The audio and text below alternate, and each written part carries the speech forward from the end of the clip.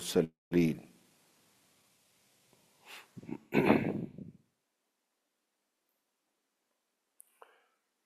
عن ابن عمر رضي الله عنه قال قال رسول الله صلى الله عليه وسلم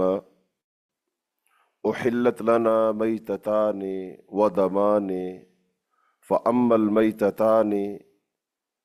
فالجراد والحوت وأما الدمان فالكبد والتحال أخرجه أحمد وابن ماجه وفيه ضعف۔ حدیث کلاس میں بلوغ المرام سے آج ہم کتاب الطہارہ اور اس کی حدیث نمبر 11 سے اپنے سبق کا آغاز کریں گے، اور آج کا جو ہمارا سبق ہے وہ طہارت سے متعلق ہوگا، اور اس کے ساتھ ساتھ طہارت حاصل کرنے کے لیے جو پانی ہم مختلف برتنوں میں ڈالتے ہیں تو ان برتنوں کے احکام اور مسائل بیان کیے جائیں گے، اور تیسری بات جو آج ہمارے سبق کا حصہ ہوگی وہ ہے نجاستوں کا بیان، کہ کون کون سی چیز نجاست کہلاتی ہے، نجس کہلاتی ہے، اور پھر نجاست کا معنی مفہوم اور اس کی تعریف کیا ہے۔ تو ان چند انتہائی اہم روزمرہ پیش آنے والے احکام و مسائل پر مشتمل ہمارا آج کا سبق ہوگا۔ اللہ رب العالمین سے ہم دعا کریں، اپنی نیت کو خالص کریں کہ اللہ تعالی ہمیں کتاب و سنت کا صحیح فہم اور علم حاصل کرنے کی توفیق عطا فرمائے، اور اللہ رب العالمین ہمیں اس پر کما حقہ عمل کرنے کی توفیق عطا فرمائے، اور اللہ تعالی ہم سے راضی ہو جائے، اللہ ہم سے خوش ہو جائے۔ تو پہلی حدیث حضرت عبداللہ ابن عمر رضی اللہ تعالی عنہ کی ہے۔ فرماتے ہیں کہ رسول اللہ صلی اللہ علیہ وسلم نے ارشاد فرمایا، احلت لنا، حلال کی گئی ہمارے لیے، میتتان و دمان، دو مردار اور دو خون، فَأَمَّا الْمَيْتَتَانِ، اب جو دو مردار ہیں جو ہمارے لیے حلال کیے گئے ہیں ان میں سے ایک ہے فَالْجَرَادُ وَالْحُوتُ، ایک ٹڈی اور دوسرا مچھلی۔ یعنی ٹڈی اگر مردہ حالت میں ملتی ہے اور مچھلی ایسے ہی مردہ حالت میں ملتی ہے تو یہ دو مردار ہیں، یہ حلال ہیں، ان کو کھایا جا سکتا ہے۔ فَأَمَّا الْمَيْتَتَانِ، اور جو دو مردار ہیں، دو خون ہیں، فَالْكَبِدُ وَالتِّحَالُ، اس میں سے ایک ہے جو کبد ہے، جو جگر ہے، اور دوسرا وَالتِّحَالُ، اور تلی ہے۔ جگر کو ہم کلیجی بھی بولتے ہیں، تو کلیجی اور تلی جو ہے یہ دو خون ہیں، ان کو اللہ تعالیٰ نے ہمارے لیے حلال کیا ہے۔ تو اب اس حدیث میں ان چیزوں کو لانے کا ایک مقصد ہے کہ چونکہ ہم پڑھ رہے ہیں پانی کا باب،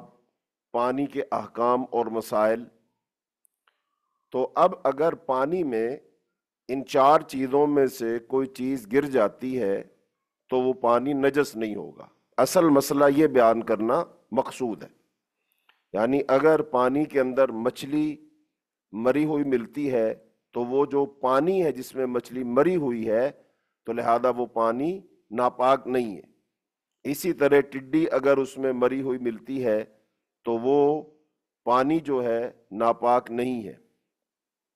ایسے ہی کلیجی اور تلی کا ٹکڑا اگر پانی میں گر جاتا ہے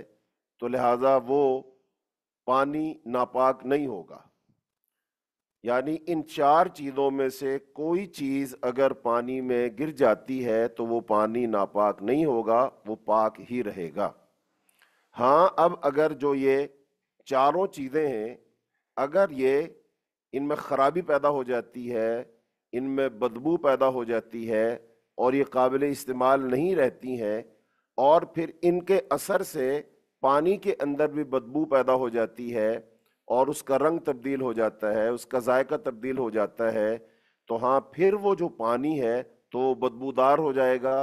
اور اس کے وہ جو اوصاف ثلاثہ ہیں، تین چیزیں ہیں، وہ تبدیل ہو جائیں گی، تو اس کی وجہ سے وہ پانی قابل استعمال نہیں رہے گا۔ یعنی اگر یہ چیزیں گرتی ہیں اور ان کے اندر بذات خود کوئی بدبو پیدا نہیں ہوئی ہے، یہ ابھی قابل استعمال ہے، ان میں خرابی نہیں پیدا ہوئی ہے، بدبو نہیں پیدا ہوئی ہے، تو ایسی صورت میں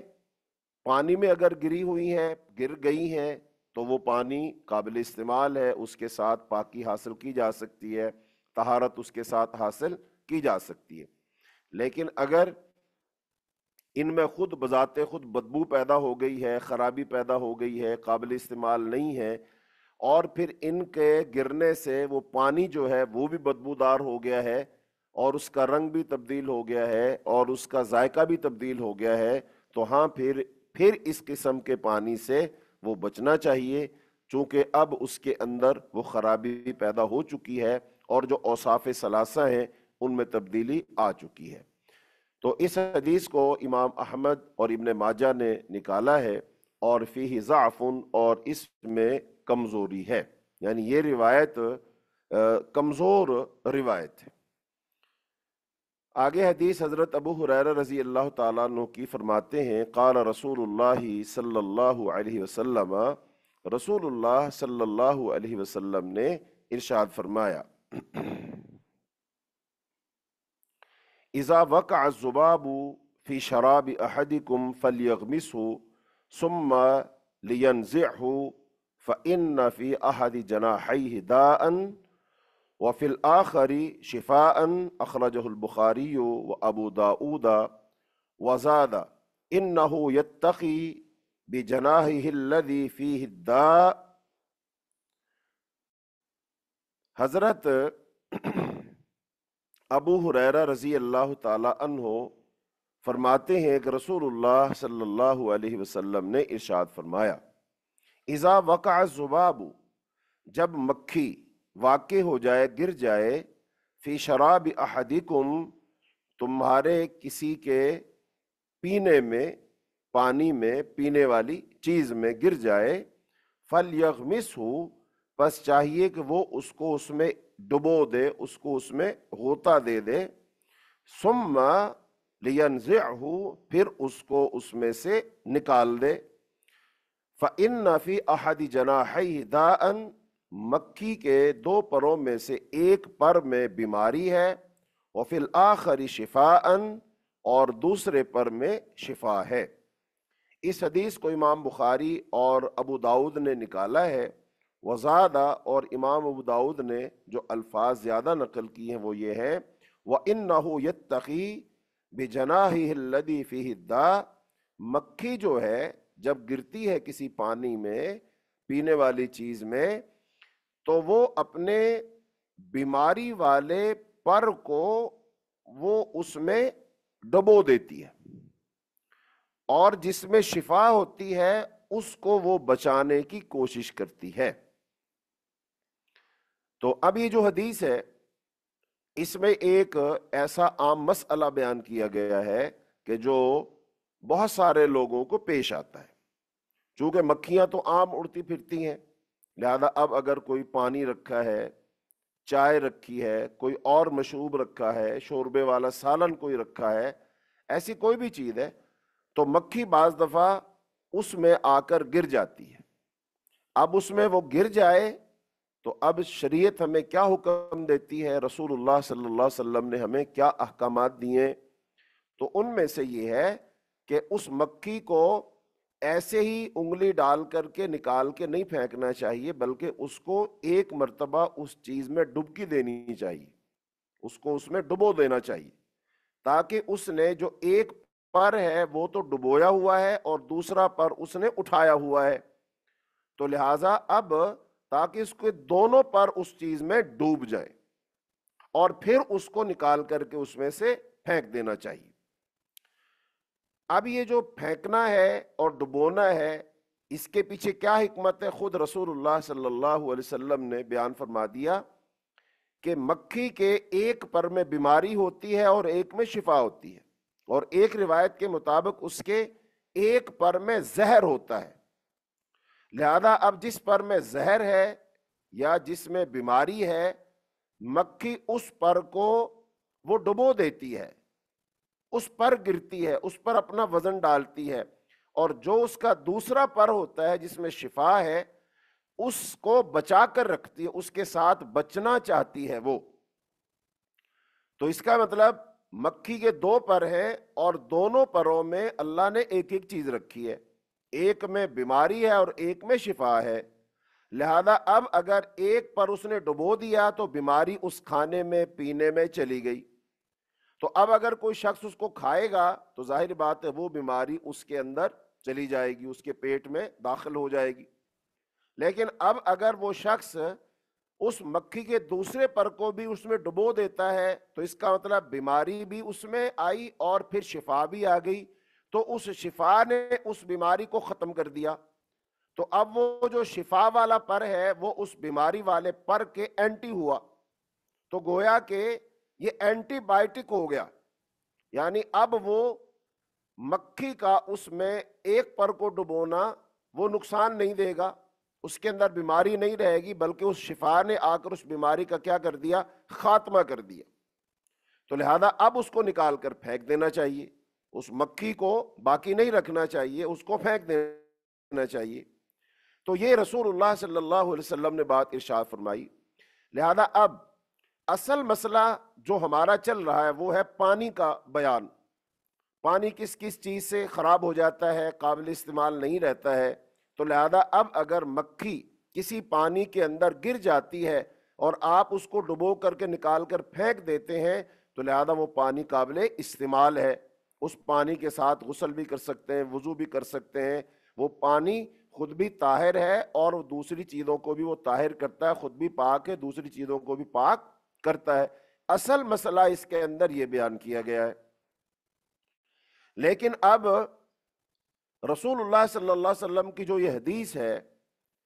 اس کو سامنے رکھ کر یا اگر کوئی شخص اپنی طبیعت کا اندازہ لگاتا ہے کہ بھائی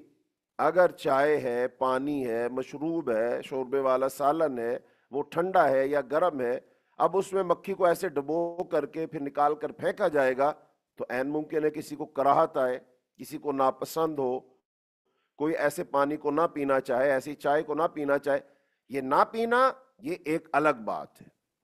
یہ اپنی پسند ناپسند ہے،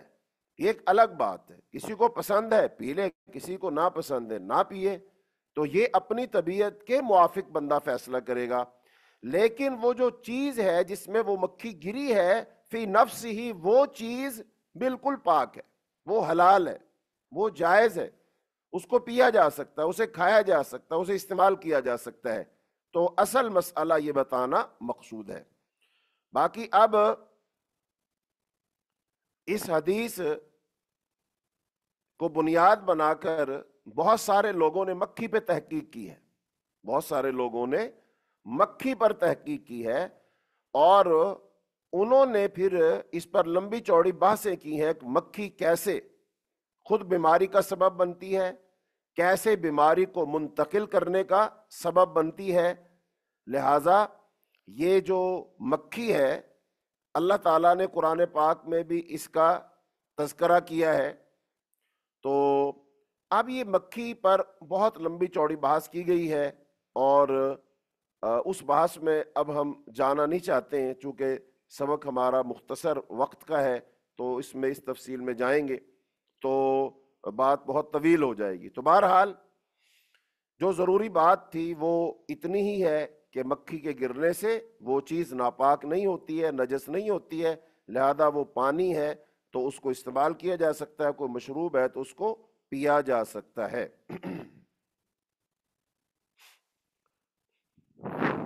آگے حدیث ہے، رسول اللہ صلی اللہ علیہ وسلم نے فرمایا، ان ابی واقد اللیسی رضی اللہ تعالی عنہ قال قال رسول اللہ صلی اللہ علیہ وسلم ما قطع من البہیمۃ وہی حیۃ فہو میت اخرجہ ابو داود والترمذی وحسنہ واللفظ لہ۔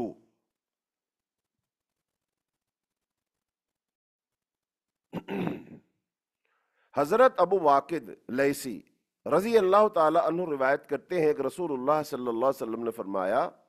زندہ جانور میں سے جو کچھ کاٹ لیا جائے وہ مردار ہے۔ زندہ جانور میں سے جو کاٹ لیا جائے وہ مردار ہے۔ کیا مطلب ہے اس کا؟ کہ اصل میں اس حدیث کا پس منظر ہے اور واقعہ یہ ہے کہ عرب کے جو لوگ تھے وہ کسی زندہ جانور، مثلا ان کے ہاں اونٹ ہے یا پھر کوئی گائے ہے، اس کے علاوہ اور کوئی جانور جس کا وہ گوشت کھاتے ہیں، تو وہ کیا کرتے تھے، زندہ جانور سے ہی گوشت کا ایک ٹکڑا کاٹ لیا کرتے تھے۔ مثلا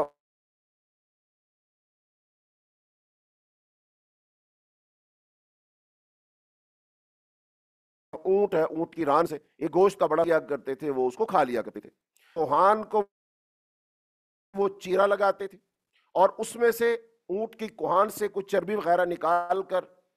اس کو کھا لیتے تھے، یا اونٹ کے کوہان سے نکلنے والا وہ جو پانی ہے، وہ خون ہے، اس کو وہ پی لیا کرتے تھے اور اس سے اپنی پیاس وغیرہ بجھا لیا کرتے تھے۔ تو یہ ان کا ایک طریقہ تھا۔ تو رسول اللہ صلی اللہ علیہ وسلم نے اس کے بارے میں ارشاد فرمایا کہ جو زندہ جانور سے گوشت کاٹا جائے گا تو وہ گوشت مردار کے حکم میں ہوگا، لہذا وہ کیا ہوگا، وہ حرام ہے، وہ نہیں کھایا جا سکتا۔ تو اب اس حدیث کو اس باب میں لانے کا، کہ چونکہ ہمارا تو مسئلہ چل رہا ہے، مسائل چل رہے، پانی کے احکام چل رہے، تو اس حدیث کو یہاں پر لانے کا مقصد یہ ہے کہ یہ جو زندہ جانور سے گوشت کاٹا گیا ہے، یہ چونکہ حرام ہے تو یہ نجس ہے، لہذا اب اگر یہ پانی میں گر جائے گا، اور جب یہ پانی میں گر جائے گا تو اس کے گرنے کی وجہ سے پانی کے وہ اوصاف ثلاثہ جب تبدیل ہو جائیں گے، پانی کے اندر خون شامل ہو جائے گا، یا اس کی وجہ سے اس کا ذائقہ تبدیل ہو جائے گا، یا اس میں ایک خاص قسم کی حمک اور بدبو پیدا ہو جائے گی، تو لہذا وہ پانی کیا ہو جائے گا، وہ قابل استعمال نہیں رہے گا۔ اس پانی سے ہم پاکی حاصل نہیں کر سکیں گے، اس پانی کے ساتھ ہم وضو وغیرہ نہیں کر سکیں گے۔ تو یہاں پر لانے سے اس سے مراد یہ ہے، یعنی زمانہ جاہلیت کے جو لوگ تھے وہ زندہ جانوروں سے گوشت کو کاٹ کر کھا لیا کرتے تھے، تو اب ان کا وہ گوشت حرام ہے، وہ حلال نہیں ہوا، اور یہ اب جو حرام گوشت اگر پانی میں گر جاتا ہے تو اس کے گرنے سے وہ پانی جو ہے وہ پاک نہیں رہے گا۔ تو ایسے پانی کے ساتھ جس میں یہ گوشت گر جائے یا کوئی خون وغیرہ گر جائے تو وہ پانی پاک نہیں رہے گا، تو پانی ناپاک ہو جائے گا، اس سے طہارت حاصل نہیں کی جا سکے، اس سے وضو اور غسل وغیرہ نہیں کیا جا سکے گا۔ تو یہاں پر ہمارا ایک باب ختم ہوا، یعنی پانی سے متعلق جو باب تھا وہ ختم ہوا۔ اب آگے دوسرا باب ہے، باب الآنیت، یعنی برتنوں کا بیان، یعنی ایسا باب جس میں برتنوں کا ذکر کیا جائے گا۔ اب ظاہر بات ہے پانی جو ہے جب بھی ہم استعمال کرتے ہیں تو وہ ہم کسی ڈول میں استعمال کرتے ہیں، ٹب میں استعمال کرتے ہیں۔ پچھلے زمانوں میں رسول اللہ صلی اللہ علیہ وسلم کے زمانے کی جب بات ہو رہی ہے تو وہاں پر مشکیزیں ہوا کرتے تھے اور وہ چمڑے سے بنائے جاتے تھے، تو لہذا اب جو برتن ہیں وہ چمڑے کے بنے ہوں، لکڑی کے بنے ہوں، اور پھر وہ جو برتن ہیں وہ مسلمانوں کے ہوں یا غیر مسلمانوں کے ہوں، اور اسی طرح لکڑی کے برتن ہوں، چمڑے سے بنے ہوئے برتن ہوں، یا پھر سونے چاندی سے بنے ہوئے برتن ہوں، تو لہٰذا اب ان برتنوں کا کیا حکم ہے؟ چونکہ ان برتنوں میں ہم پانی ڈالیں گے، اور پانی ڈال کر یا تو ہم پئیں گے، یا تو ہم استعمال کریں گے، یا تو ہم وضو کریں گے، تو بعض دفعہ پانی کیا پاک ہوتا ہے، پانی کے اندر ایسی کوئی صفت نہیں پائی جاتی جس کی وجہ سے پانی نجس اور ناپاک ہو، پانی بالکل پاک اور صاف ہے،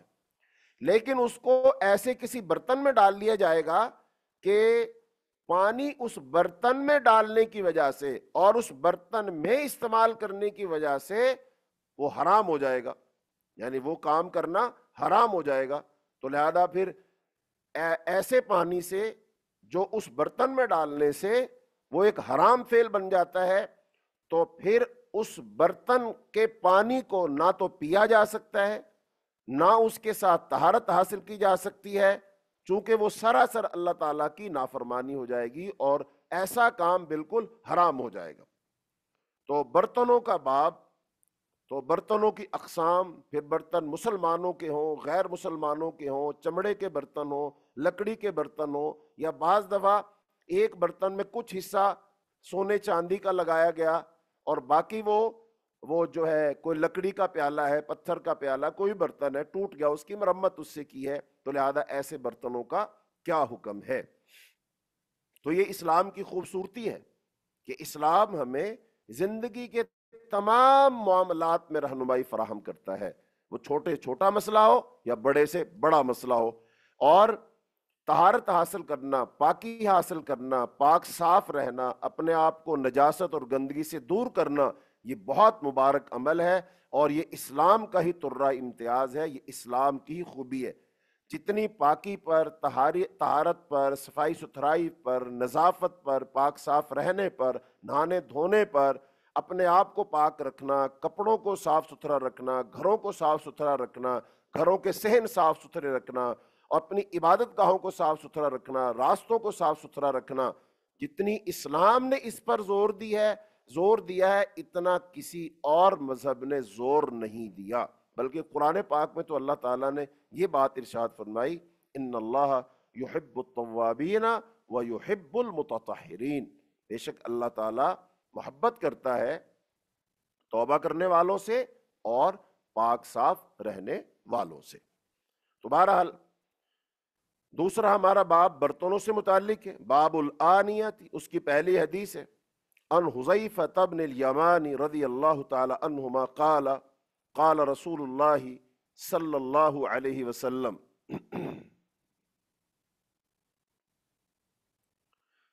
لا تشربوا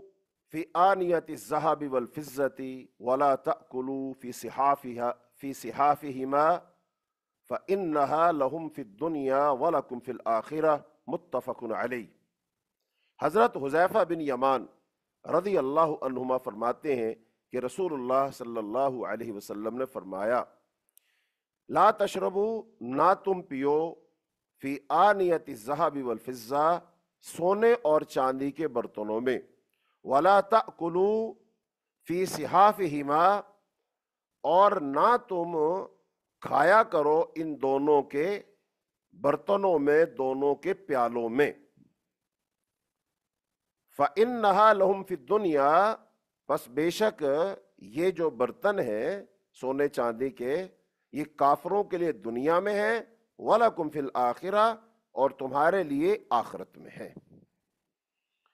اب یہ حدیث جو ہے اس کا یہاں پر جو اصل موضوع ہے وہ یہ ہے کہ سونے چاندی کے برتنوں کو استعمال کرنا، پھر اس میں پانی ڈالنا اور پانی ڈال کر کے اس پانی کو غسل کے لیے، طہارت کے لیے استعمال کرنا. تو اصل تو اس لیے اس حدیث کو یہاں پر حافظ ابن حجر رحمۃ اللہ علیہ لائے ہیں اس باب کے تحت، لیکن اس سے اور بھی کئی مسائل وہ معلوم ہوتے ہیں. تو ایک بات تو یہ فرمایا رسول اللہ صلی اللہ علیہ وسلم نے، فرما دیا کہ ان برتنوں میں جو سونے چاندی کے بنے ہوں نہ ان میں پیو اور نہ ان میں کھاؤ. تو اس کا مطلب جب کھانے اور پینے کے لیے استعمال نہیں ہو سکتے تو پھر ظاہر بات ہے ایسے برتنوں کو استعمال ہی نہیں کرنا ہے، نہ کھانے کے لیے نہ پینے کے لیے. تو ایسے برتن استعمال کرنے وہ حرام ہیں. یعنی اب اگر اللہ تعالیٰ کسی مسلمان صاحب ایمان کو مال و دولت سے نوازتا ہے، اس کے پاس بہت پیسہ ہے، تو اب ظاہری بات ہے اس کے گھر میں سونے چاندی کی بہتات ہوگی. تو اب وہ بندہ اپنے ذوق شوق پورے کرنے کے لیے، یا پھر اپنی وہ عیش و عشرت کے لیے، یا پھر اپنی خوشحالی ظاہر کرنے کے لیے، یا دوسرے لوگوں پر تھوڑا سا روب دبدبہ جمانے کے لیے وہ کیا کرتا ہے، وہ سونے چاندی کے برتن بنوا لیتا ہے، پلیٹیں سونے چاندی کی بنوا لی، گلاس بنوا لیے، جگ بنوا لیے، اور اس طرح کی دیگر چیزیں جیسا کہ بہت سارے مسلمان دنیا میں کرتے ہیں۔ تو لہٰذا اب وہ یہ برتن بنوا لیتا ہے اور خود بھی ان میں کھاتا ہے، اور جب اس کے ہاں کوئی مہمان آتے ہیں، دوست احباب آتے ہیں، لہذا ان کے لیے جب کھانا پیش کیا جاتا ہے تو سونے چاندی کے برتن، پیالے، پلیٹیں، گلاس، جگ وہ ان کے سامنے رکھے جاتے ہیں، اور وہ یہ سامنے رکھ کر کے اپنے دسترخوان پر یہ ظاہر کرنا چاہتا ہے کہ میں بہت امیر ہوں اور میرے پاس بہت مال و دولت ہے۔ ہم تو سونے چاندی کے برتنوں میں کھاتے ہیں، سونے کا چمچ لے کر پیدا ہوئے تاکہ دوسرے لوگوں پر ظاہر کیا جائے کہ میرے پاس کتنی دولت ہے۔ یا پھر اس میں وہ اس کا عجب ہے، تکبر ہے، بڑائی ہے، وہ اس تکبر کو ظاہر کرنا چاہتا ہے۔ تو لہٰذا رسول اللہ صلی اللہ علیہ وسلم نے منع فرمایا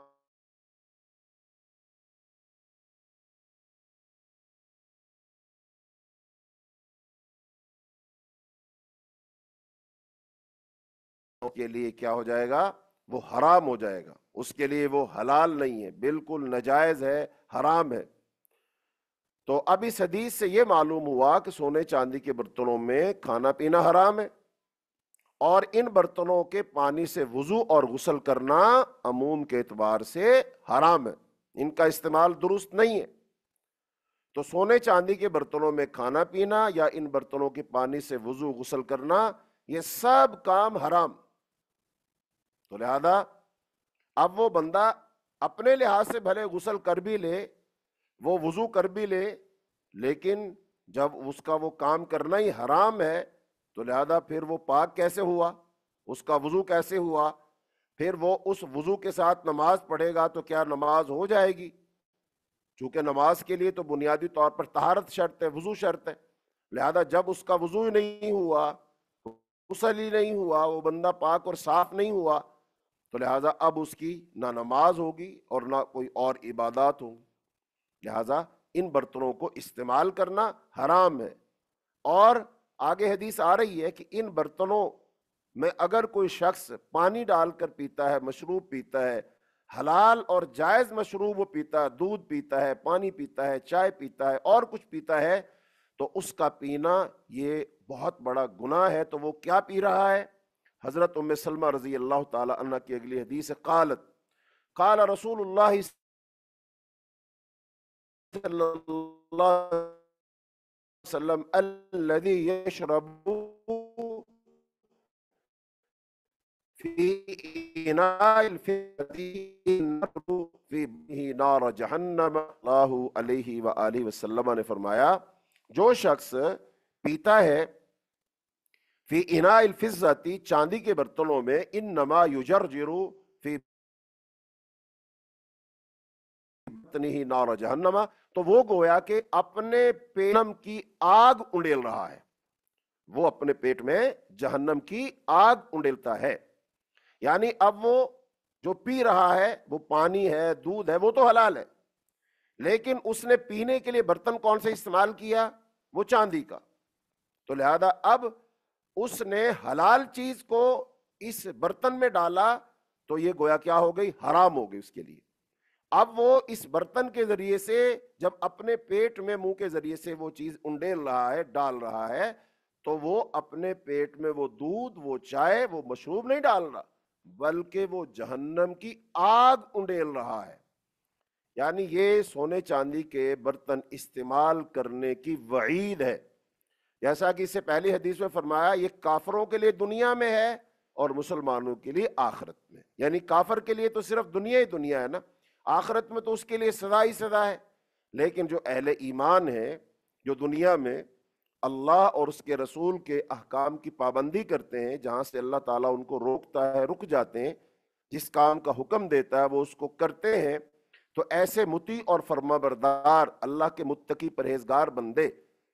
وہ جب آخرت میں اللہ کے حضور پیش ہوں گے تو اللہ ان سے راضی ہوگا، خوش ہوگا، اور اللہ تعالیٰ انعام کے طور پر ان کو جنت میں داخل کرے گا۔ تو اللہ تعالیٰ نے وہاں ان کے لیے جنت میں سونے کے برتن بھی بنوائے ہوئے ہیں، چاندی کے برتن بھی بنوائے ہوئے ہیں۔ اور پھر یہ اہل ایمان اللہ کی جنت میں وہ اللہ کی پیدا کردہ شراب، شراب طہورا، الرحیق المختوم، اور ایسے ہی دودھ ہے، شہد ہے اور دیگر مشروبات ہیں، وہ ان اہل ایمان کو جنت میں سونے چاندی کے برتنوں میں، گلاسوں میں، سراہیوں میں، جگوں میں وہ ان کو پلائے جائیں گے، تو وہ ان کو وہاں پر استعمال کریں گے۔ لیکن اب جو شخص چاہتا ہے کہ میں جنت میں ان چیزوں کو استعمال کروں، تو اس کو دنیا میں ان چیزوں کو ترک کرنا پڑے گا، ان چیزوں کو چھوڑنا پڑے گا، تبھی وہ اس قابل ہوگا کہ وہ جنت میں داخل ہو سکے اور جنت کی ان نعمتوں سے وہ مستفید ہو سکے اور وہ اللہ کے ان برتنوں کو استعمال کر سکے۔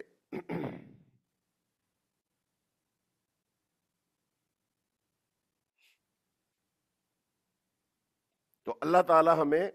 اپنی اطاعت اور فرما برداری اور بندگی کرنے کی توفیق عطا فرمائے۔ اللہ تعالی ہمیں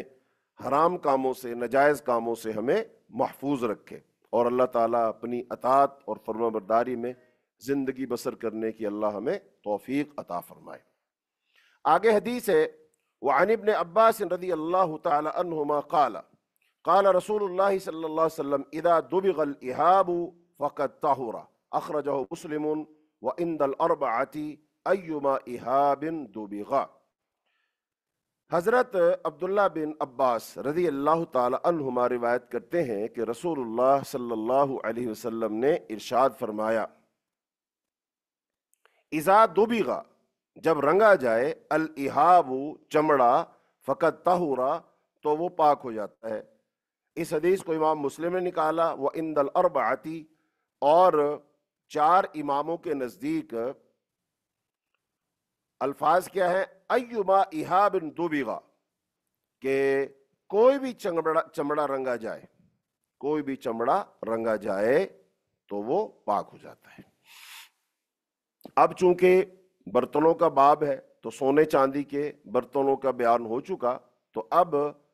عرب میں جو برتن بنائے جاتے تھے رسول اللہ صلی اللہ علیہ وسلم کے زمانے میں، تو ان برتنوں میں سے کچھ برتن وہ تھے جو چمڑے سے بنائے جاتے تھے، کھال سے بنائے جاتے تھے۔ اب جانور 2 قسم کے ہوتے ہیں، ایک ہوتے ہیں حلال جانور، معقول اللحم، جن کا ہم گوشت کھاتے ہیں، جن کا ہم دودھ پیتے ہیں، اور ایک وہ جانور جو حرام ہے، جو غیر معقول اللحم ہے، جن کا ہم گوشت نہیں کھاتے، دودھ نہیں پیتے ہیں۔ تو اب یہ 2 قسم کے جانور ہیں۔ اب یہ جو حلال جانور ہیں، ان کی بھی پھر 2 اقسام بن جاتی ہیں۔ ایک وہ ہے جن کو ہم ذبح کرتے ہیں اور ذبح کرنے کے بعد ان کا چمڑا حاصل کرتے ہیں، اور دوسری قسم وہ ہو جاتی ہے کہ وہ جانور تو حلال ہے لیکن اس کو ذبح نہیں کیا گیا، وہ اپنی طبعی موت مر گیا ہے۔ لہذا اب چمڑا اگر اس جانور کا جس کو ذبح کر کے چمڑا حاصل کیا گیا، جیسے قربانی کے موقع پہ جانور ذبح کرتے ہیں اور پھر ان کی کھالیں حاصل ہوتی ہیں، یا اور بھی عام حالات میں بھی جانور ذبح کیے جاتے ہیں تو ان کی کھال حاصل کی جاتی ہے، چمڑا حاصل کیا جاتا ہے۔ تو اب اس چمڑے کو صاف کیا جاتا ہے، اس کو رنگا جاتا ہے، اور پھر اس سے مختلف چیزیں بنائی جاتی ہیں، جن میں سے ایک مشکیزہ بھی ہوتا ہے۔ وہ مشک ہوتی ہے، مشکیزہ ہوتا ہے، جو عرب کے لوگ اس وقت اس کو بطور برتن کے استعمال کرتے تھے، اس کی مشکیں بھی بنایا کرتے تھے، مشکیزہ بھی بناتے تھے، زمزمی بھی بناتے تھے، سفر کے دوران چھوٹا سا ایک بنا کر کے مشکیزہ پانی بھر کے اپنے گھوڑے کی زین کے ساتھ اس کو باندھ لیتے تھے، وغیرہ وغیرہ۔ دوسرا وہ جانور جو مر گیا، طبی موت مر گیا، حلال جانور تھا، جیسے وہ گائے ہے، اب وہ جانور تو حلال ہے لیکن اس کو ذبح نہیں کیا گیا، ویسے وہ مر گیا، بیماری سے مر گیا، گلا گھٹنے سے مر گیا، پہاڑ سے لڑک کر مر گیا، کیسے بھی مر گیا۔ لہٰذا اب اس جانور کا چمڑا حاصل کر لیا جائے، اس کی کھال حاصل کر لی جائے اور اس کو رنگا جائے، خاص طریقے کے ساتھ اس کو صاف کیا جائے، تو کیا وہ اب قابل استعمال ہے؟ اس کا کوئی مشکیزہ بنایا جا سکتا ہے، کوئی مشک بنائی جا سکتی ہے، کوئی برتن بنایا جا سکتا ہے، کوئی پیالہ بنایا جا سکتا ہے، کوئی زمزمی بنائی جا سکتی ہے یا نہیں؟ یہ ہے مسئلہ۔ تو اب یہاں پر تقسیم ہو گئی، ایک حلال جانور اور حرام جانور۔ پھر حلال جانور جو ہے اس کا چمڑا دو طریقے سے حاصل ہوتا ہے۔ نمبر ایک کہ اس جانور کو ذبح کیا اور چمڑا حاصل کیا، اس میں تو کوئی اختلاف نہیں۔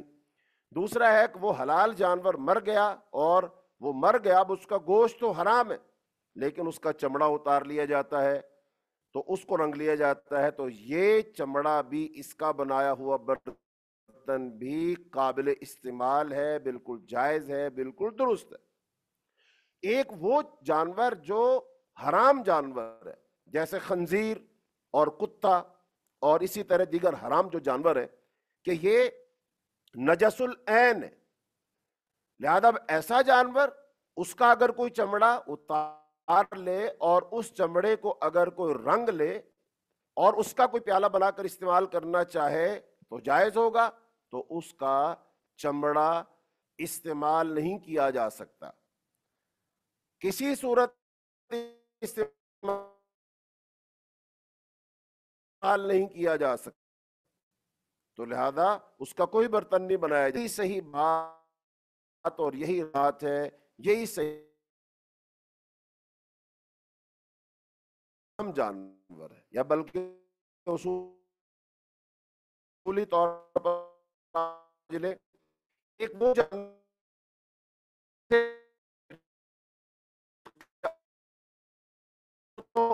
کو، خنزیر کو وہ ایسے ذبح کرے جیسے کو بکرا ذبح کیا جاتا ہے، تو ذبح کرنے سے محض وہ جانور حلال تو نہیں ہو جائے گا، وہ تو حرام کا حرام ہی رہے گا۔ تو لہذا ایسا جانور جس کو ذبح کر لینے سے وہ حلال ہو جاتا ہے، ہم اس کا گوشت کھا لیتے ہیں، تو ایسے جانور کا چمڑا وہ حلال ہے، وہ جائز ہے، اس کا برتن بنا لو، اس کو رنگ لو، ٹھیک ہے۔ لیکن ایسا جانور جس کو ہم ذبح نہیں کر سکتے، ذبح کرنے سے وہ حلال نہیں ہو سکتا، تو ایسے جانور کا چمڑا وہ رنگنے سے بھی پاک نہیں ہو سکتے۔ خنزیر کا چمڑا ہے، بڑے ہیں، تو وہ حلال وہ نہیں ہو سکتے۔ اچھا، اب ایسے جانوروں کے چمڑے سے بنائے ہوئے برتنوں میں پانی ڈال کر اس پانی کو استعمال کرنا، تو یہ بھی گویا درست نہیں ہوگا۔ رسول اللہ صلی اللہ علیہ وسلم نے ایک حدیث میں آگے جو آ رہی ہے ارشاد فرمایا، وَأَنْ سَلَمَةِ بْنِ الْمُحَبِّكِ رضی اللہ عنہ قال قال رسول اللہ صلی اللہ علیہ وسلم دماغ جلود المیتۃ طہورها، صححہ ابن حبان۔ رسول اللہ صلی اللہ علیہ وسلم نے ارشاد فرمایا، مردہ جانوروں کے چمڑوں کو رنگنا ہی ان کی طہارت اور پاکیزگی ہے۔ تو اب ایک واقعہ حدیث میں آتا ہے، وہ یہ ہے کہ رسول اللہ صلی اللہ علیہ وسلم نے دیکھا کہ ایک بکری مر گئی ہے اور لوگ اس کو کھینچ کر کے باہر پھینکنے کے لیے لے جا رہے ہیں، تو رسول اللہ صلی اللہ علیہ وسلم وہاں سے گزرے تو آپ نے دیکھا، تو آپ نے اس وقت ارشاد فرمایا، لو اخذتم اہابہا، اگر تم اس کا چمڑا اتار لیتے، فقالوا انہا میتۃ، تو انہوں نے کہا حضور یہ تو مردہ جانور ہے، یہ تو مر چکا ہے، تو مردار ہے۔ فقال یطہرھا الماء والقرض، فرمایا ہاں مردار تو جانور ہے، لیکن اگر تم اس کی کھال اتار لیتے اور اس کھال کو اتار کر کے پانی اور کیکر کی چھال کے ساتھ اس کو دھوتے تو پاک ہو جاتا۔ یعنی وہی بات جو پیچھے بیان ہو چکی ہے اس کو پھر دہرا دیتے ہیں اس حدیث کے ضمن میں، کہ اب چونکہ بکری جو ہے وہ حلال جانور ہے لیکن اب یہ مر چکی ہے، تو اب رسول اللہ صلی اللہ علیہ وسلم فرمایا، اگر ایک یہ ہے کہ پوری بکری کو تم پھینک دو، ٹھیک ہے، دوسرا یہ ہے کہ اگر اس بکری کی کھال کو اتار لو اور پھر اس کھال کو پانی کے ساتھ اور کیکر کی چھال کے ساتھ دھو لو تو یہ قابل استعمال ہوگی، اس کا استعمال کرنا درست ہوگا۔ لہذا اب ایسی بکری یا ایسا کوئی بھی حلال جانور، وہ بھلے اونٹ ہے، بھلے گائے ہے، بھلے بھینس ہے، کوئی بھی حلال جانور اگر وہ مر جاتا ہے اور پھر اس کا چمڑا اتار لیا جاتا ہے اور اس کو پھر کیکر کی چھال اور پانی کے ساتھ دھو لیا جاتا ہے، صاف کر لیا جاتا ہے، اور اس کو خشک کر کے پھر اس کا کوئی بھی برتن بنا لیا جائے، مشکیزہ بنا لیا جائے، مشک بنا لی جائے، پیالہ بنا لیا جائے، تو لہٰذا اب اس مشک میں کوئی بھی چیز اس میں ڈالنا، پانی یا کوئی بھی چیز، وہ بالکل صحیح ہے، بالکل جائز ہے، بالکل درست ہے۔ اب یہاں پر پھر وہی بات دہرائیں گے کہ بعض دفعہ انسان کو کراہت آتی ہے، تو کسی چیز کو ناپسند کرنا یا اس کا آپ کو اس سے کراہت ہونا، یہ بالکل ایک الگ بات ہے۔ لیکن ایک ہے اصولی طور پر اس کا جائز ہونا، ہاں تو وہ اصولی طور پر جائز ہے، اس کا استعمال کرنا درست ہے۔ لیکن اگر کسی کو ناپسند ہے، اگر کوئی کرنا نہیں چاہتا، تو شریعت یہ کب کہہ رہی ہے کہ تم اس کو ضرور ہی کرو، لیکن شریعت نے اس کی اجازت دے دی ہے۔ اور اجازت دینے والے کون ہیں؟ حضرت محمد صلی اللہ علیہ وسلم، جن کے بارے میں اللہ تعالیٰ نے قرآن پاک میں ارشاد فرمایا وَمَا يَنْطِقُ عَنِ الْهَوَىٰ إِنْ هُوَ إِلَّا وَحْيٌ يُوحَىٰ، کہ یہ جو نبی ہے یعنی رسول اللہ صلی اللہ علیہ وسلم کی طرف اللہ پاک نے اشارہ کرتے ہوئے فرمایا کہ یہ خواہش نفس سے نہیں بولتا، بلکہ جب وحی آتی ہے تب بولتا ہے۔ تو آپ صلی اللہ علیہ وسلم جو وحی والی زبان رکھتے ہیں، تو لہذا وحی والی زبان مبارک سے خود رسول اللہ صلی اللہ علیہ وسلم نے شاہ فرما دیا کہ ایسا حلال جانور جو خود اپنی طبی موت مر جاتا ہے، اگر تم اس کی کھال اتار کے اس کو استعمال کر لو تو وہ پھر جائز ہے، اس کو رنگ لینے کے بعد استعمال کر لو تو وہ جائز ہے، وہ بالکل درست ہے۔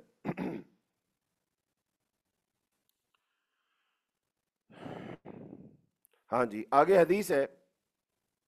ان ابی ثعلبۃ الخشنی رضی اللہ عنہ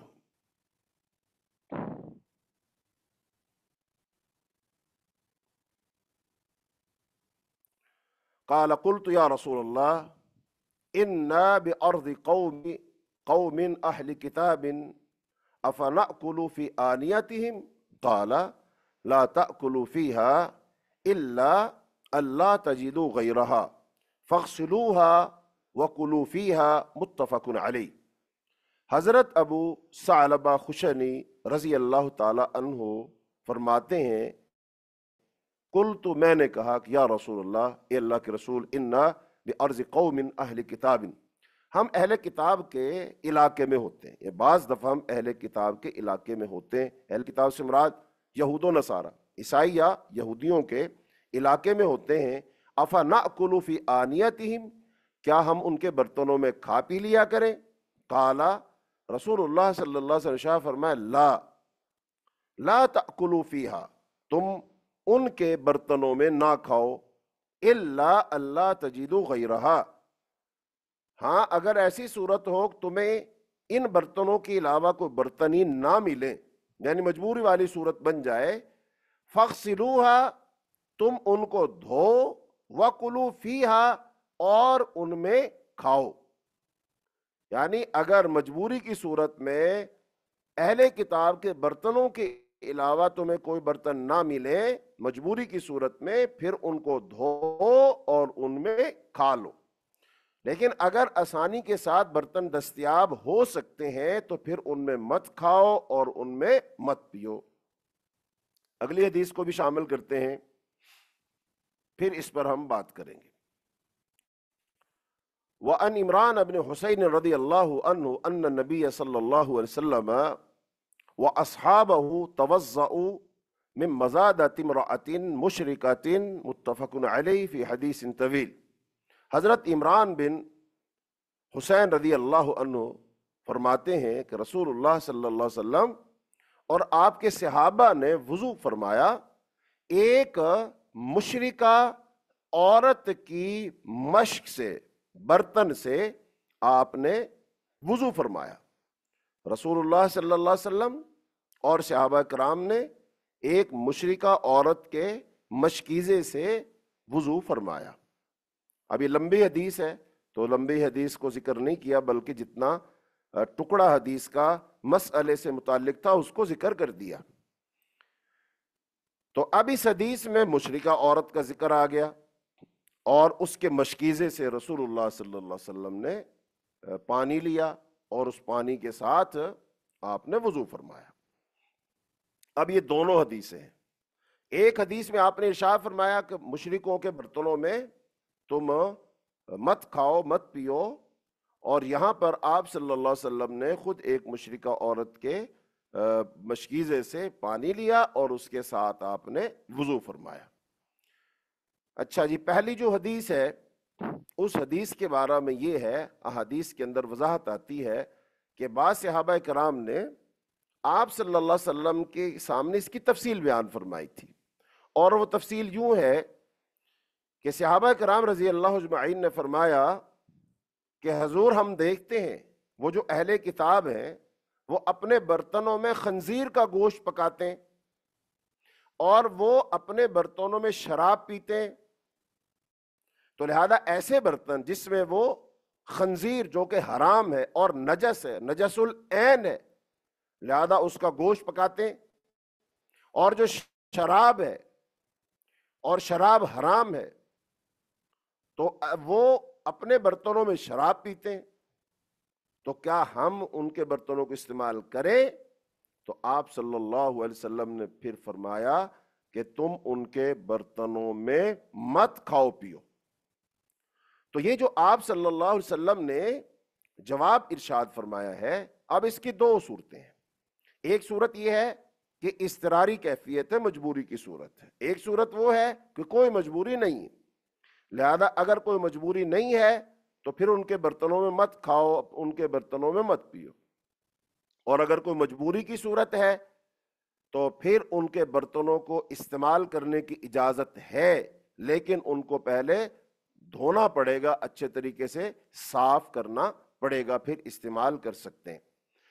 اب بات اصل میں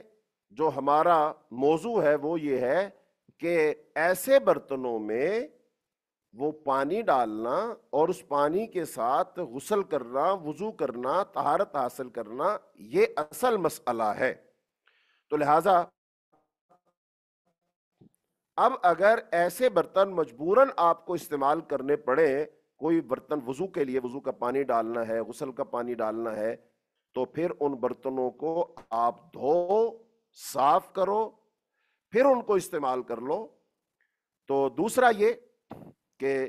ایسے برتنوں کو استعمال کرنے سے بچنا چاہیے۔ اب یہ جو مسئلہ ہے خاص طور پر یہ پیش آئے گا ایسے مسلمانوں کو جو کہ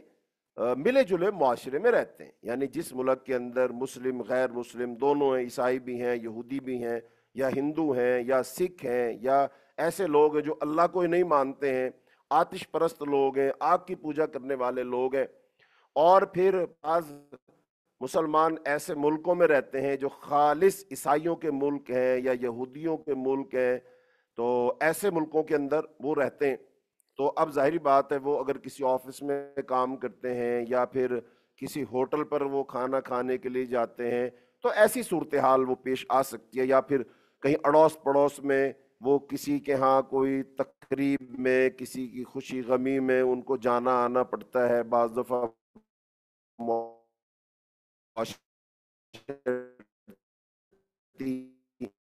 لحاظ سے اپنے محلے کے، اپنے علاقے کے ہیں۔ تو لہذا اب ان صورتوں میں کیا کرنا چاہیے؟ تو بھائی پہلی بات تو یہ ہے کہ وہ جہاں پر خالصتاً یہودیوں عیسائیوں کی جو خنزیر بھی کھاتے ہیں، شراب بھی پیتے ہیں، ان کی کثرت ہے، اور پھر وہ برتنوں کی تمیز بھی نہیں کرتے ہیں، تو لہذا ایسے برتنوں کو استعمال کرنے سے بچنا چاہیے۔ اور اگر بہت ہی کوئی مجبوری ہے تو پھر ان کو اچھے طریقے سے دھو، مروتاً آپ کو کوئی برتن میں پانی ڈال کر دے دیتا ہے، کوئی اور چیز ڈال کر دے دیتا ہے، تو آپ ایسے ہی مروتاً اس کو پکڑ کے استعمال نہ کریں، بلکہ اس کو پہلے اچھے طریقے سے دھوئیں، صاف کریں، پھر اس کو استعمال کریں۔ ایک اس میں صورت یہ بن سکتی ہے کہ آج کل تو آرٹیفیشل جو ہے برتن استعمال ہوتے ہیں، ڈسپوزیبل، وہ گلاس اور پلیٹیں اور چمچیاں اور دیگر چیزیں استعمال ہوتی ہیں، تو ظاہری بات ہے اب ایسی برتنوں میں تو وہ علت ہی نہیں پائی جاتی نا کہ اس میں خنزیر وہ پکاتے ہیں اور اس میں خنزیر کھاتے ہوں اور شراب، تو اس کا مطلب وہ تو بالکل نئے برتن ہوتے ہیں، ان کو ایک دفعہ استعمال کیا جاتا ہے، اس کے علاوہ تو ان کو استعمال نہیں کیا جا سکتا۔ تو ایسے برتن تو وہ استعمال کیے جا سکتے ہیں، کوئی بھی وہ کر سکتا ہے، لہذا ایسے برتنوں کی بات نہیں ہو رہی۔ برتن وہ خاص برتن جن کے اندر وہ شراب پیتے ہیں یا خنزیر کا گوشت پکاتے ہیں. اب ظاہر بات ہے آپ بہت سارے لوگ کاروباری چائنا وغیرہ میں جاتے ہیں تو ان کے ہاں تو خنزیر کو پکنا ہوٹلوں پہ کوئی، ظاہر بات ہے ان کا تو کلچر ہے، وہ ہمارے لیے حرام ہے، ان کے لیے تو حرام نہیں ہے، وہ تو اس کو کھاتے پیتے ہیں. لہٰذا ایسی جگہوں پہ جانا تو وہاں پر ایک مسلمان کو یہ احتیاط کرنا چاہیے. اور رسول اللہ صلی اللہ علیہ وسلم نے بذات خود جو ہے اس خاتون جو مشرکہ خاتون ہے اس سے جو پانی استعمال کیا ہے تو اس میں یہی رہنمائی اس سے ملتی ہے کہ مردہ جانوروں کی کھال وہ دباغت کے بعد چونکہ وہ پاک ہو جاتی ہے، کیونکہ جس مشکیزہ سے آپ صلی اللہ علیہ وسلم پانی لیا وہ ایک مشرکہ عورت کے قبضہ میں تھا اور مشرکین کے ذبح کردہ جانوروں کی کھال سے تیار کیا گیا تھا. تو اب یہ تو چمڑے کی پہچان ہو ہی جاتی ہے، اور جو لوگ چمڑا استعمال کرتے ہیں کہ یہ چمڑا اونٹ کا ہے، گائے کا ہے، یہ بھینس کا ہے، بکری کا ہے یا پھر بھیڑ کا، وہ پہچان ہو جاتی ہے. لہذا یہ چونکہ جانور کیا ہے مسلمانوں کے نزدیک حلال ہے، لیکن وہ جو کافر ہے وہ ان کو ذبح کرتے ہیں تو ان کا تو ذبیحہ بھی کیا ہے، وہ ذبیحہ بھی حرام کے معنی میں ہی ہے. اچھا، وہ چونکہ خود تو مسلمان ہے نہیں ہے تو لہذا ان کا جو ذبح کیا ہوا جانور ہے وہ کوئی حلال تو نہیں ہوگا، وہ تو مردار نہیں ہے. لہذا اب اس خاتون کا وہ جو مشکیزہ ہے تو وہ چمڑے کا بنا ہوا تھا لیکن وہ حلال جانور کے چمڑے کا تھا، لیکن اس کو دباغت کے ذریعے سے وہ پاک صاف کیا گیا تھا. تو لہذا اب اس کو کوئی مسلمان والے دباغت کے ذریعے سے یعنی کیکر کی چھال سے اور پانی سے اور اس طرح دیگر چیزیں ڈال کر کے وہ رگڑ کے صاف کر لے، اس کی علائشیں وغیرہ نکال لے تو بھلے مسلمان کام کر لے کوئی کر لے، ان دونوں صورتوں میں وہ کیا ہو جائے گا، وہ پاک ہو جائے گا. تو اس لیے اس کو رسول اللہ صلی اللہ علیہ وسلم نے استعمال کیا. تو اس سے معلوم ہوا کہ مشرکین کے ایسے برتن جس میں نجاست وغیرہ کا اندیشہ نہ ہو ان کا استعمال بغیر کسی تردد اور تذبذب کے وہ استعمال کرنا جائز اور درست ہے. اور اس حدیث سے یہی دباغت شدہ کھال کے پاک ہونے کا ثبوت ملتا ہے، تو ایسا پھر برتن استعمال کیا جا سکتا ہے. آگے ایک حدیث ہے جس میں اس بات کا ذکر ہے کہ پیچھے تو ذکر آیا تھا سونے چاندی کے برتنوں میں کھانا پینا وہ جائز نہیں ہے، وہ درست نہیں ہے، لیکن اب اگر کوئی پیالہ ہو، کوئی پلیٹ ہو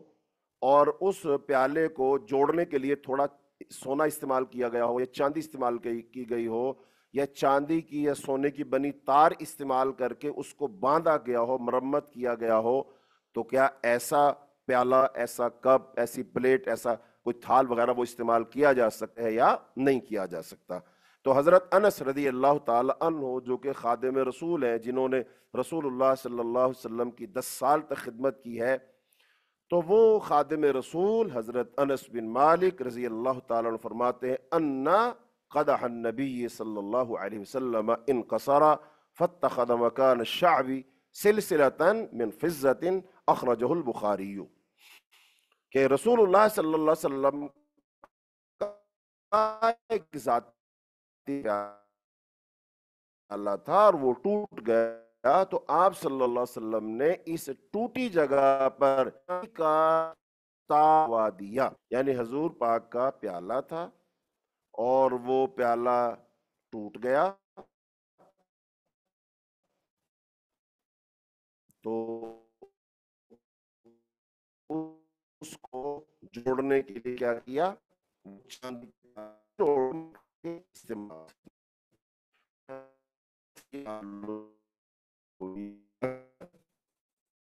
تھوڑی بہت کوئی چاند تھوڑا، لہذا وہ سونے کا برتن نہیں بن جائے گا، وہ چاندی کا برتن نہیں بن جائے گا، اور اتنی سی چاندی اور سونے کی تار لگنے اس برتن میں کھانا پینا حرام نہیں ہو جائے گا اور وہ بندہ گنہگار نہیں ہوگا. اس کی دلیل ہے، اس کی دلیل ہے کہ اگر یہ جائز ہوگا کبھی بھی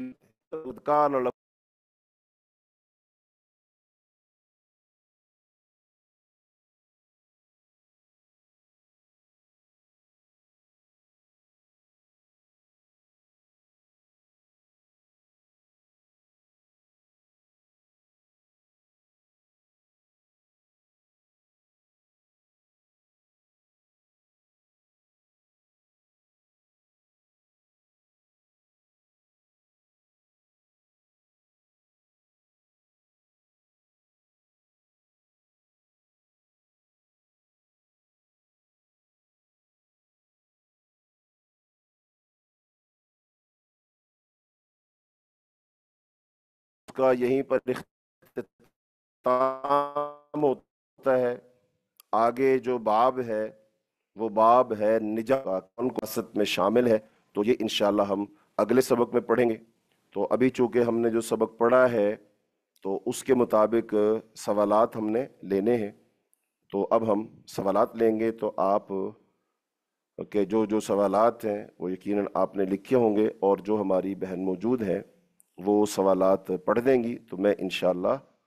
قرآن و سنت کی روشنی میں ان کے جوابات دینے کی پوری کوشش کروں گا. جی السلام علیکم ورحمۃ اللہ وبرکاتہ. وعلیکم السلام ورحمۃ اللہ وبرکاتہ. شیخ، کیا چمڑے کے ہینڈ بیگز اور پرس یوز کر سکتے ہیں؟ ہاں، اگر وہ حلال جانور کے ہیں تو بالکل استعمال کر سکتے ہیں. بلکہ چمڑے کے وہ ہینڈ بیگ ہوں یا پھر اٹیچی ہوں یا جوتے ہوں، موزے ہوں، مطلب کوئی بھی چیز، جب ایک چیز حلال اور جائز ہے پھر اس کی کوئی بھی چیز بنا کر استعمال کی جائے تو بالکل وہ جائز ہے. جی، نیکسٹ کوشچن یہ ہے کہ گھوڑے اور گدھے بوتھ میں دونوں جو جانور ہیں ان میں شک شبہات ہیں، ان کے لیے کوئی خاص حدیث موجود نہیں ہے، یہ حلال ہیں یا نہیں، تو کیا بہتر ہے کہ ان سے دور رہا جائے؟ ہاں، اب اصل میں یہ جو سوال کیا گیا ہے، یہ سوال میں جو ابہام پیش کیا گیا ہے یہ ابہام درست نہیں ہے. گھوڑے کے بارے میں بھی صاف صریحاً احادیث موجود ہے، اور ایسے ہی جو گدھا ہے، گدھے کی دو اقسام بنائی گئی ہیں. ایک گدھا وہ ہوتا ہے جو گھریلو گدھا ہوتا ہے، پالتو ہوتا ہے. ایک گدھا وہ ہوتا ہے جو جنگلی گدھا ہوتا ہے. تو اس کے بارے میں جو اگلا ہمارا باب ہے اس میں احادیث آئیں گی. تو چلو ابھی سوال کیا ہے تو میں وہ احادیث پڑھ ہی دیتا ہوں تاکہ سبق میں تکرار بھی نہ ہو اور جو مسئلہ ہے وہ بھی صاف اور کلیئر ہو جائے. تو اس بارے میں رسول اللہ صلی اللہ علیہ وسلم کی جو حدیث ہے وہ حدیث یہ ہے: باب النجاست، باب ازالت النجاست و بیانہا، یعنی نجاست کی تفصیل اور اس کو دور کرنے کا جو بیان ہے، اس کی جو حدیث نمبر 1 ہے اور حدیث نمبر 2. حدیث نمبر 2 کے اندر یہ بات ہے، وہ انہ قال لما کان یوم خیبر امر رسول اللہ صلی اللہ علیہ وسلم ابا طلحہ فنادى ان اللہ ورسولہ ینہیانکم ان لحوم الحمر الاہلیۃ فانہا رجس. حضرت انس بن مالک رضی اللہ تعالی عنہ سے روایت ہے کہ جس روز غزوہ خیبر تھا، رسول اللہ صلی اللہ علیہ وسلم نے حضرت ابو طلحہ رضی اللہ تعالیٰ عنہ کو حکم دیا کہ لوگوں کو اطلاع کر دیں، لوگوں میں اعلان کر دیں. انہوں نے با آواز بلند اعلان کیا کہ اللہ اور اس کا رسول صلی اللہ علیہ وسلم دونوں تمہیں گھریلو گدھوں کے گوشت کو کھانے سے منع فرماتے ہیں، کیونکہ وہ رجس ہے، یعنی کہ وہ ناپاک ہیں. تو اب اس حدیث میں ذکر آ گیا کہ جو گدھے ہیں، گھریلو جو گدھے ہیں، ان کا گوشت بھی غزوہ خیبر سے پہلے کھایا جاتا تھا. تو جب غزوہ خیبر ہوا تو صحابہ کرام رضی اللہ اجمعین فرماتے ہیں، بعض روایت میں یہ آتا کہ ہم نے ان گھریلو گدھوں کا گوشت بنا کر کے اپنی جو کھانے کے لیے ہانڈیوں میں ڈال کے چولہوں پہ چڑھایا ہوا تھا، ہم پکا رہے تھے اس کو. اور ظاہر بات ہے پکا رہے ہیں تو بھوک لگی تھی تو اب کھائیں گے بھی. لیکن پھر کیا ہوتا ہے کہ ابھی وہ پک رہا تھا اور ہو سکتا ہے ممکن ہے بعض لوگوں نے کھا بھی لیا ہو. تو پھر رسول اللہ صلی اللہ علیہ وسلم کی طرف سے حضرت ابو طلحہ رضی اللہ تعالیٰ عنہ نے با آواز بلند اعلان کیا کہ اے لوگو، اللہ نے اور اس کے رسول نے جو گھریلو گدھے تھے ان کا کھانا، ان کا گوشت حرام کر دیا. تو اس کا مطلب یہ جو گھریلو گدھے ہیں ان کے بارے میں حدیث آ گئی کہ وہ حرام. لیکن وہ جو دوسرے گدھے ہیں، جنگلی جو گدھے ہیں، لہذا وہ حرام نہیں ہوئے. تو جنگلی جو گدھے ان کا گوشت بالکل حلال رکھا گیا ہے. تو اب یہ کوئی اعتراض کر سکتا ہے بھی گدھا تو گدھا ہی ہوتا ہے، وہ جنگلی ہو یا گھریلو ہو، پالتو ہو یا پالتو نہ ہو، تو گدھا ہی ہوتا ہے. لہذا یہ ہماری عقل ہے نا، یہ تو ہماری سوچ ہے. لیکن حلال اور حرام کا اختیار کس کے پاس ہے؟ اللہ کے پاس ہے. اور اللہ تعالیٰ اپنے نبی کے ذریعے سے جس چیز کو چاہتا ہے حلال کروا دیتا ہے، جس چیز کو چاہتا ہے اس کو حرام کروا دیتا ہے. تو یہ تو اللہ کی اپنی مرضی ہے. تو رسول اللہ صلی اللہ علیہ وسلم نے اللہ کی منشا اور مرضی سے وحی کی روشنی میں یہ تقسیم کر دی اور تفریق کر دی کہ جو گھریلو گدے اس کا گوشت حرام ہے، وہ نہیں کھا سکتے، اور جو جنگلی گدھا ہے اس کا گوشت حلال ہے، وہ کھا سکتے ہیں. ایسے ہی اب ان کا چمڑا جو ہے اس کے بارے میں آ جائے گا کہ جو گھریلو گدھا حرام ہے تو اس کا چمڑا بھی کیا ہے؟ وہ حرام ہے، لہذا ہم اس کو استعمال نہیں کریں گے. اور جو جنگلی گدھا ہے اس کا گوشت بھی حلال ہے، تو لہذا اس کا چمڑا بھی حلال ہے، تو لہذا اس کو دباغت کر کے اس کو صاف کر کے اس کو استعمال کر لیں گے. اب جو حلال جانور جتنے اونٹ ہے، گائے ہے، وہ بکری ہے، یا پھر یہ گھریلو گدھا ہے، اب ان کے چمڑے سے بھلے برتن بناؤ، بھلے اس کے موزے بناؤ، بیگ بناؤ، مصلی بناؤ، جائے نماز بناؤ، جب وہ ہے ہی حلال تو ہر لحاظ سے اس کا استعمال کیا ہے؟ حلال ہے. اچھا، اب گھوڑے کا پوچھا ہے تو صحیح بخاری کے اندر حدیث موجود ہے کہ صحابہ کرام رضی اللہ اجمعین نے رسول اللہ صلی اللہ علیہ وسلم کی موجودگی میں گھوڑے کا گوشت کھایا ہے. تو گھوڑا حلال ہے، گھوڑا حرام نہیں ہے. ہاں، بعض دفعہ رسول اللہ صلی اللہ علیہ وسلم نے اگر کسی موقع پر کسی وجہ سے کسی چیز کو ذبح کرنے سے منع کیا تو وہ عارضی حکم ہے. جیسے گھوڑا جنگ میں استعمال ہوتا ہے، تو لہذا لوگ اگر اتنے زیادہ گھوڑے ان کا گوشت کھاتے رہیں گے تو بھائی جنگ کے لیے گھوڑے کم پڑ جائیں گے نا، تو اس وجہ سے وقتی طور پر منع کیا جا سکتا ہے. اور آج بھی دنیا میں جو یہ وسطی ایشیائی ممالک ہیں، جیسے تاجکستان، نورستان، ازبکستان، یہ جو ملک ہیں جن کے آخر میں تان تان آتا ہے، وہاں پر گھوڑے پالے جاتے ہیں. اور گھوڑے مسلمان ہیں جو گھوڑے پالتے ہیں اور گھوڑی کا دودھ پیتے ہیں، اس کا گوشت کھاتے ہیں، مطلب اس کا استعمال کرتے ہیں. تو بالکل جائز ہے، بالکل حلال ہے، اس کے حرام ہونے کی کوئی دلیل نہیں ہے. ہاں، اب وہ بات پھر وہی آ جائے گی کہ ہمیں اس کا گوشت اچھا لگے نہ لگے، ایک الگ بات ہے. یہ میرے آپ کے اچھا لگنے نہ لگنے کھایا ہے، آج بھی دنیا مسلمان ممالک میں کھایا جاتا ہے، اس کا دودھ پیا جاتا ہے. اور ایسے ہی جو گدھے ہیں ان کے دو اقسام ہیں، جو جنگلی گدھا ہے وہ حلال ہے، اس کا گوشت بھی بالکل کھایا جائے گا، اس کا چمڑا بھی استعمال کیا جائے گا. اور جو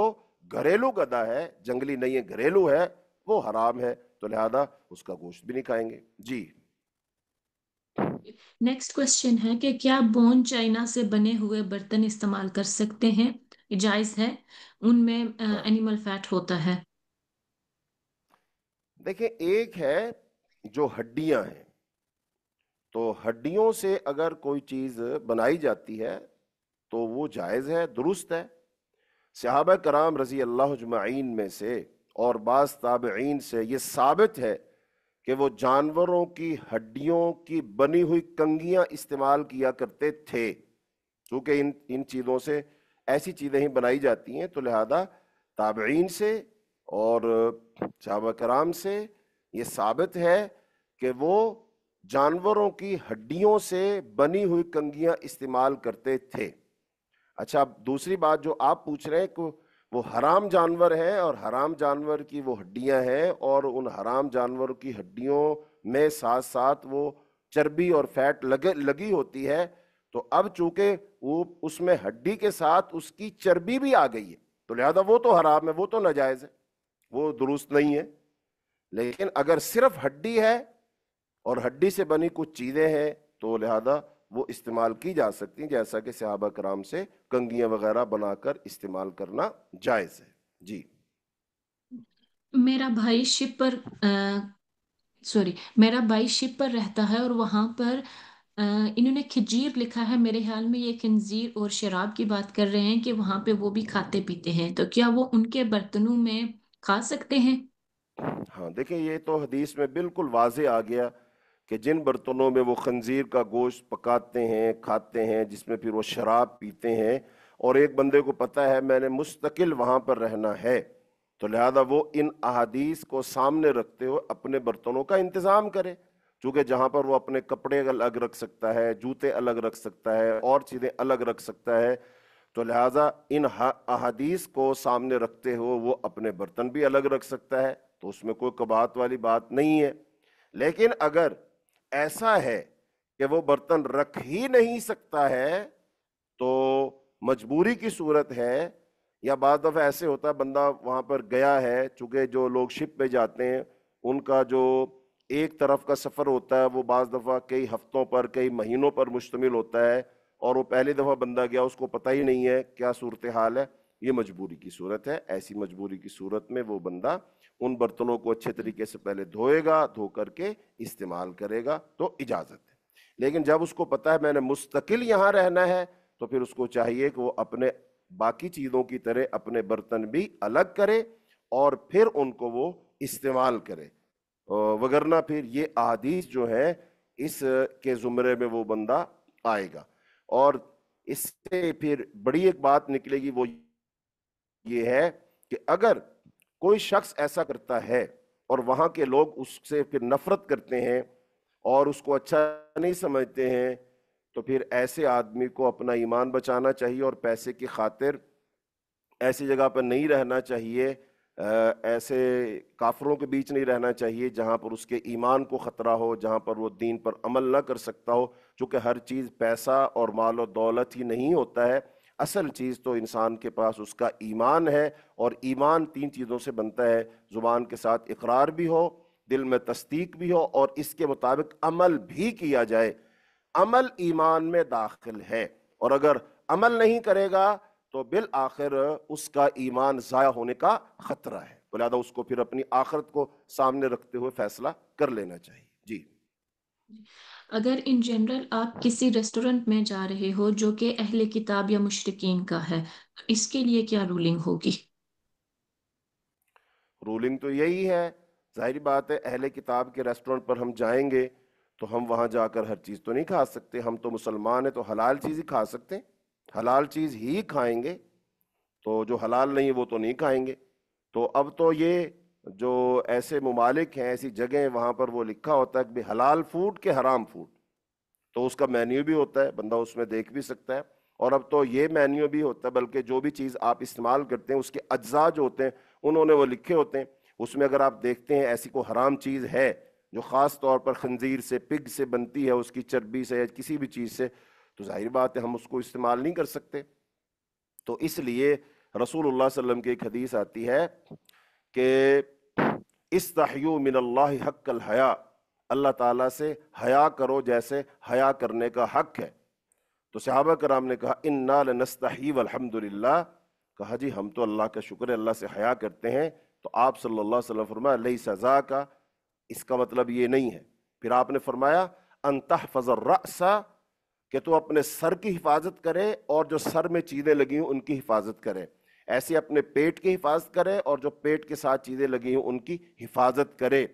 تو اب جو سر ہے تو سر میں کتنی چیزیں لگی ہوئی ہیں، سب سے پہلے تو ہمارا سر کے اندر وہ عقل ہے، دماغ ہے، اس کی حفاظت کرنا ہے، پھر سر میں آنکھیں لگی ہوں آنکھوں کی حفاظت کرنا ہے، ناک کی حفاظت کرنا ہے، کانوں کی حفاظت کرنا ہے، اور منہ کی حفاظت کرنا ہے، چونکہ یہ جو ہمارا منہ ہے یہ ہمارے پیٹ کا دروازہ ہے، تو اس کے ذریعے سے ہی پیٹ میں خوراک جائے گی نا، اور اگر وہ رزق حرام ہے یا وہ شک شبے والی چیز ہے تو ظاہر بات ہے ایسی چیز کا براہ راست ہماری عبادات پر اثر ہوگا، کیونکہ اگر ہم حرام کھا رہے ہیں تو پھر حرام کھانے والے کی اللہ تعالیٰ عبادت قبول نہیں کرتا۔ جیسا کہ ایک حدیث ہے طویل، اس کا خلاصہ یہ ہے کہ ایک بندہ لمبا سفر کرتا ہے، اس کا سر غبار آلود ہے، کپڑے میلے کچیلے ہو چکے ہیں، اور پھر وہ جاتا ہے لمبا طویل سفر کر کے اور وہ کہتا ہے یا ربی یا ربی یا ربی، اے میرے رب اے میرے رب اے میرے رب، اور شارح نے لکھا اس سے مراد وہ حج کرنے والا اور بیت اللہ کا طواف کرنے والا شخص ہے۔ تو اب یہ بندہ بیت اللہ کا گویا طواف کر رہا ہے اور اس کے دوران اللہ کو پکار رہا ہے، تو اللہ کی طرف سے آواز آتی ہے کہ ملبسو کا حرام، مطعمو کا حرام، غذی بالحرام فانا یستجاب لذالک، تیرا لباس حرام کا، تیری خوراک حرام کی، جس غذا سے تیرا جسم بنا وہ حرام کا، تو بتا تیری دعا کیسے قبول کی جائے؟ تو اس کا مطلب اس آدمی نے حج عمرے کا شوق تو تھا لیکن اپنے منہ کی حفاظت نہیں کی، تو لہذا حرام کھاتا رہا۔ تو حرام کھانے والے کی عبادت قبول نہیں ہوتی، دعا قبول نہیں ہوتی، بھلے وہ بیت اللہ میں ہی ہو، خانہ کعبہ کا طواف ہی کیوں نہ کر رہا ہو۔ تو لہٰذا اپنے منہ کی حفاظت کرنا ضروری ہے۔ تو اس کے لیے دیکھنا پڑے گا، تحقیق کرنا پڑے گا کہ جو چیز میرے سامنے ہے کیا اس میں کوئی حرام کی آمیزش تو نہیں ہے، حرام تو اس میں نہیں ملا ہوا۔ تو یہ ہر مسلمان پر لازم ہے، فرض ہے، واجب ہے۔ جی، کوئی بھی برتن پورے گولڈ یا سلور کا نہیں ہوتا، اس میں ملاوٹ ہوتی ہے، 40% اس میں میٹل ہوتا ہے، تو کیا اس گولڈ یا سلور کے برتن کو استعمال کر سکتے ہیں؟ ہاں جی، برتن اب اس لحاظ سے 4 قسم کے برتن بن جائیں گے۔ ایک ہے خالص سونے کا برتن، ایک ہے خالص چاندی کا برتن، ایک ہے سونے اور چاندی کو مکس کر کے بنایا گیا برتن۔ اب یہ برتن تو 3 قسم کے بالکل حرام ہیں، ناجائز استعمال نہیں کر سکتے۔ باقی اب ایسا برتن جس کے اندر ایک حصہ چاندی کا یا سونے کا اور ایک حصہ کسی بھی دھات کا ہے، ان کو ملا کر بنا رہے ہیں، تو اب یہ دیکھا جائے گا کہ وہ جو برتن ہے اس پر حکم کس چیز کا صادر ہو رہا ہے، یعنی کہ لوگ عرف عام میں اس کو کیا سمجھ رہے ہیں کہ سونے کا برتن ہے، چاندی کا برتن ہے، یہ تانبے کا برتن ہے، کیا کہیں گے اس کو؟ تو ظاہری بات ہے جب سونا اس پر ملایا جائے گا، پھر سونے کا پانی اس پر داخل کیا جائے گا، تو وہ عرف عام میں سونے کا برتن ہی شمار ہوگا، چونکہ کوئی بندہ اس میں سونا ملا کر کے یہ تو کہے گا نہیں کہ یہ پیتل کا برتن ہے، تو اس کا مطلب وہ سونا اس میں ملا کر کے یہی ثابت کرنا چاہے گا کہ یہ تو سونے کے برتن ہے ہمارے پاس، تو ہم سونے کے برتن استعمال کرتے ہیں، لہٰذا اس میں شک شبہ آ گیا۔ لہذا رسول اللہ صلی اللہ علیہ وسلم کی 2 احادیث ہیں، دع ما یریبک الی ما لا یریبک، کہ وہ جو شک والی چیز ہے اس کو چھوڑ دو اور جس میں شک نہیں ہے اس کو اپنا لو۔ تو ایسے آدمی کو ضرورت کیا ہے کہ وہ اس میں 40% سونا اور 60% کوئی اور چیز، یا 60% سونا یا 40% کوئی اور چیز استعمال کرنے کی ضرورت کیا ہے؟ وہ خالص ایسے برتن لے جس میں سونے چاندی کی آمیزش ہی نہیں ہے۔ اور ایک اور حدیث ہے، رسول اللہ صلی اللہ علیہ وسلم فرمایا ان الحلال بین والحرام بین، حلال بھی واضح ہے، حرام بھی واضح ہے، وبینہما مشتبہات، ان دونوں کے درمیان کچھ شک شبہ والی چیزیں ہیں۔ فرمایا ومن اتقى الشبہات، جو شک شبہ والی چیزوں سے بچ گیا، فقد استبرأ لدینہ وعرضہ، اس نے اپنے دین کو بھی محفوظ کر لیا، اپنی عزت کو بھی محفوظ کر لیا۔ ومن وقع فی الشبہات وقع فی الحرام، اور جو شک شبہ والی چیزوں میں پڑ گیا وہ گویا کہ حرام میں پڑ گیا۔ پھر اس کی مثال دی رسول اللہ صلی اللہ علیہ وسلم نے، کالراعی یرعی حول الحمی یوشک ان یقع فیہا، فرمایا اس کی مثال ایسے جیسے بکریوں کا چرواہ ہے، وہ چراگاہ کے پاس پاس اپنی بکریوں کو اگر چرائے گا تو عین ممکن ہے کوئی بکری چراگاہ میں داخل ہو جائے۔ تو مطلب کیا؟ وہی بچے گا جو چراگاہ سے بہت دور اپنی بکریاں چراتا ہے، تو وہ بکری اگر کوئی بھاگے گی بھی تو داخل ہونے سے پہلے پہلے اس کو وہ روک پائے گا۔ تو اس لیے ایسی تمام چیزوں کو جس میں شکوک و شبہات ہوں ان کو چھوڑ دینا چاہیے، اور ان کو لینا چاہیے جس میں کسی قسم کا شک شبہ نہ ہو۔ تو لہذا ایسے برتن جس میں یہ شک شبہ ہے تو ان کو چھوڑ دو، اور ایسے برتن استعمال کرو جن برتنوں میں کوئی شک شبہ نہ ہو۔ جی، نیکسٹ کوشچن جو ہے یہ اس سے پہلے والے کوشچن کی ہی تھوڑی سی انہوں نے کہی ہے کہ جب آپ مشرکین یا اہل کتاب کے ریسٹورنٹس میں جائیں کہ ان کے برتنوں کے حوالے سے کیا رولنگ ہوگی؟ تو یہی ہوگا جو پہلے وضاحت کی جا چکی ہے، جب آپ وہاں جاتے ہیں تو برتن پھر وہ 2 ہی قسم کے ہیں، کہ اگر تو وہ ڈسپوزیبل برتن ہے پھر تو کوئی مسئلہ ہی نہیں ہے، لیکن ایک مستقل برتن ہے، اور اس جہاں آپ کھانا کھانے جا رہے ہیں آپ کو پتہ ہے یہاں پر خنزیر بھی پکتا ہے اور یہاں پر شراب بھی پی جاتی ہے، تو اب وہ الگ سے برتن تو رکھیں گے نہیں۔ کوئی بھی ریسٹورنٹ ہے اس میں لوگ آتے ہیں کھانا کھاتے ہیں، پھر وہ برتنوں کو اٹھا لیا جاتا ہے، پھر ان کو دھویا جاتا ہے، پھر ان کو استعمال کیا جاتا ہے۔ تو لہٰذا ایسے ریسٹورنٹ میں اگر آپ استعمال کریں گے وہ برتن، تو یہ احتمال تو موجود ہے کہ آپ سے پہلے کسی نے کھانا کھایا ہو تو خنزیر کھایا ہو، اور اس نے اس گلاس میں پیا ہو تو شراب پی ہو، امکان موجود ہے۔ اب اگر کوئی اور صورت نہیں ہے، کوئی صورت ہے ہی نہیں، بھی نہیں سکتے ہیں، دائیں بائیں کوئی اور ایسا ریسٹورنٹ ہے ہی نہیں ہے تو پھر ان برتنوں کو آپ اچھے طریقے سے دھلوا لیں یا خود دھو لیں، پھر استعمال کر لیں مجبوراً تو ٹھیک ہے. لیکن اگر اس کا کوئی متبادل ہے، تھوڑا سا دور آپ کو جانا پڑے گا، عین ممکن ہے وہاں پر کوئی کھانا پینا اتنا معیاری نہ ہو، بیٹھنے کے لیے کوئی اتنی اچھی سہولتیں نہ ہوں، لیکن کم از کم یہ یقین ہے کہ یہاں پر خنزیر نہ پکتا ہے نہ شراب پلائی جاتی ہے، تو لہذا پھر وہیں چلے جانا چاہیے جہاں تھوڑی سہولیات ہوں، لیکن دین کو ترجیح دینا چاہیے. جی ککیرہ کیا ہوتا ہے جس سے دھویا جاتا ہے؟ جی ککیرہ، مجھے ان کی سمجھ نہیں آئی. ککیرہ کیا ہوتا ہے جس سے دھویا جاتا ہے؟ جی یہ لفظ مجھے بھی سمجھ نہیں آ رہا، لیکن یہ جس بہن کا سوال ہے وہ ہمارا نمبر آپ کے پاس موجود ہے. یہ لفظ آپ اگر انگلش کا ہے تو انگلش میں لکھ دیجئے گا، عربی کا ہے تو عربی میں لکھ دیجئے گا، فارسی وغیرہ کو تو جیسا بھی ہے صحیح تلفظ آپ لکھ دیجئے گا، تو انشاءاللہ پھر میں اس لفظ کو تھوڑا سا پڑھ کے اور پھر انشاءاللہ آپ کو جواب دے دوں گا. تو نمبر میرے خیال ہے آپ سب کے پاس موجود ہی ہے، نہیں تو پھر میں دوبارہ بول دیتا ہوں 032149442220. اس پر ایسا کوئی سوال جو ہمیں سمجھ نہیں آتا تو آپ وہ وائس میسیج میں یا صحیح طور سے اردو میں اس کو لکھ کر بھیج دیجئے گا، تو انشاءاللہ آپ کو جواب ہم ارسال کر دیں گے. جی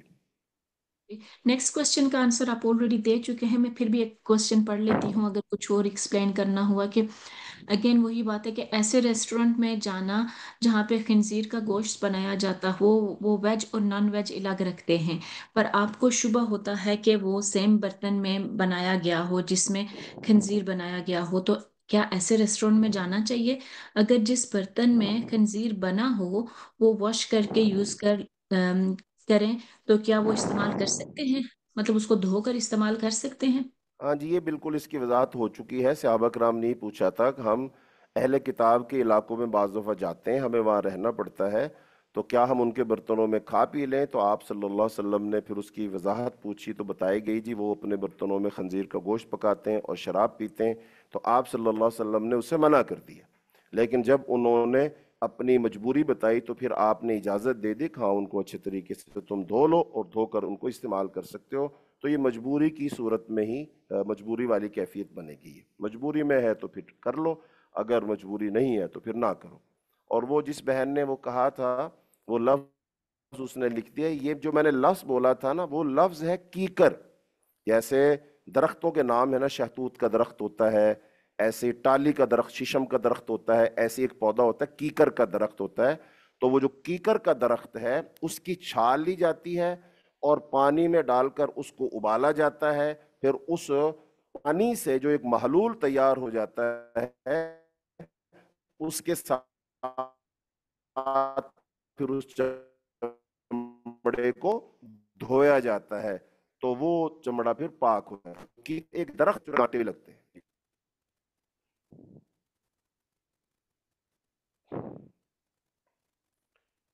جی اگر کوئی سوال نہیں ہے تو پھر کلاس کا اختتام کرتے سوری، ہیں. آپ کی آواز رک گئی تھی. ابھی کوشچنس ہیں. اچھا، میرا سوال کسی اور کا سوال یہ ہے کہ انٹرسٹ جو سیونگ اکاؤنٹ پہ انٹرسٹ ملتا ہے، کیا اس سے زکوٰۃ ادا کر سکتے ہیں یا وہ چیریٹی جی کے لیے جی یوز آپ ہو سکتا ہے؟ وہ اصل میں دیکھیں، یہ بہت سارے لوگوں کا ایک فلسفہ ہے کہ وہ پیسہ جو ہے بینک میں رکھ دیتے ہیں یا کسی کو بطور سود دے دیتے ہیں، اور ان کا نظریہ یہ ہوتا ہے کہ ہم خود استعمال نہیں کریں گے بلکہ اس پیسے کو ہم کسی جو مستحقین لوگ ہیں، غریب غربا ہیں، ان کو ہم دے دیں گے. تو وہ کہتے ہیں ہماری نیت تو اچھی ہے نا، تو ہم اس سے خود تو فائدہ نہیں اٹھا رہے لیکن پیسہ ہمارا پڑا ہے تو اس پیسے کا تو ہمیں کوئی فائدہ ہو نہیں رہا، تو ہم لہذا اس کو کسی بینک میں ڈال دیتے ہیں. تو بینک سے جو بھی آئے گا تو ہم اس کو کیا کریں گے، کسی غریب کو دے دیں گے. اور وہ بہت ساری باتیں ہو سکتی ہیں، کسی یتیم کو دے دیں گے، بیوہ کو دے دیں گے، کسی بچی کو جو اس کے وارث نہیں ہے اس کی شادی کروا دیں گے، وغیرہ وغیرہ جو بھی ہے. تو یہ بالکل ناجائز ہے، یہ بالکل حرام ہے، یہ نظریہ ہی غلط ہے، یہ سوچ ہی غلط ہے، تو یہ درست نہیں ہے، استعمال نہیں کر سکتے. ہاں اب اگر کوئی ایسا پیسہ ہے جو کسی نے بینک میں رکھا اور اس کو پتہ نہیں تھا یا اس کو شعور نہیں تھا یا اس کا ایمان اتنا کمزور تھا تو وہ یہ غلطی کر چکا ہے. لیکن اب اس کے پاس کچھ ایسا پیسہ پڑا ہوا ہے، یا بعض لوگ کہیں ملازمت کرتے ہیں تو ملازمت کرتے ہیں تو تنخواہ سے کٹوتی ہوتی رہتی ہے، اور پھر ان کو ریٹائرمنٹ پر جب وہ پیسے ملتے ہیں تو اس میں ہوتا ہے کہ اتنے پیسے تو آپ کی کٹوتی کے بنے اور اتنے پیسے آپ کو اس کا بطور منافع دیا جا رہا ہے، اس کا اصل رقم اور ساتھ اس کا سود وغیرہ۔ اسی طرح بعض لوگ انشورنس وغیرہ کروا لیتے ہیں تو اس میں بھی یہ ہوتا ہے کہ آپ نے جو پیسے دیے تھے یہ 10 سال میں یا 20 سال میں، وہ پیسے تو بنے اتنے، لیکن اب اتنے پیسے آپ کو ہماری طرف سے دیے جا رہے ہیں۔ تو ان تینوں صورتوں میں ایک اصل رقم ہوگی، ایک سود والی رقم ہوگی۔ اب وہ جو سود والی رقم ہے اس کو کوئی بندہ کہتا ہے کہ اب تو یہ مجھے ہر صورت ملنی ہی ملنی ہے، اب یہ میرے اوپر ہے، چاہے تو اس کو میں آگ لگا دوں، چاہے تو اس کو میں کسی دریا میں پھینک دوں، یا پھر میں اس کو کسی کو دے دوں، اب یہ پیسے میرے پاس آ چکے ہیں۔ تو اس بارہ میں علماء کے دو موقف ہیں، ایک تو یہ ہے کہ بھائی ان کو بھلے آگ لگا دو، بھلے کنویں میں پھینک دو، کچھ ہی کر دو، لہذا وہ آپ استعمال نہیں کر سکتے، کہیں بھی نہیں کر سکتے، کسی کو خیرات بھی نہیں دے سکتے، غریب یتیم کو بھی نہیں دے سکتے، جب پیسہ ہی حرام کا ہے تو آپ کیسے دے سکتے کسی کو۔ دوسرا موقف یہ ہے کہ وہ کہتے ہیں نہیں، اب پیسہ جو ہے اس کو جلانے سے تو کوئی فائدہ نہیں ہوگا اور اس کو کنویں میں ڈالنے سے تو کوئی فائدہ نہیں ہوگا، لہٰذا بہت سارے ایسے لوگ ہوتے ہیں جو کسی سودی قرض میں ہی پھنسے ہوتے ہیں، مثلا بینک سے اس نے پیسے لیے تھے سود پہ، لیکن وہ اتار ہی نہیں پا رہا ہے اور اس پہ سود چڑھتا جا رہا ہے چڑھتا جا رہا ہے۔ تو ایسا کرو، یہ سود کے پیسے اس بندے کو دے دو تاکہ وہ ان سے سود ہی اتار دے، تو یہ تو ہو گیا، یہ جائز اس کی ایک صورت ہے، باقی اس کے علاوہ اس کی کوئی جائز صورت نہیں ہے۔ جی جی۔ کیا سانپ کے لیدر سے بنی ہوئی چیزیں استعمال کر سکتے ہیں؟ سانپ کے لیدر سے بنی ہوئی چیزیں استعمال،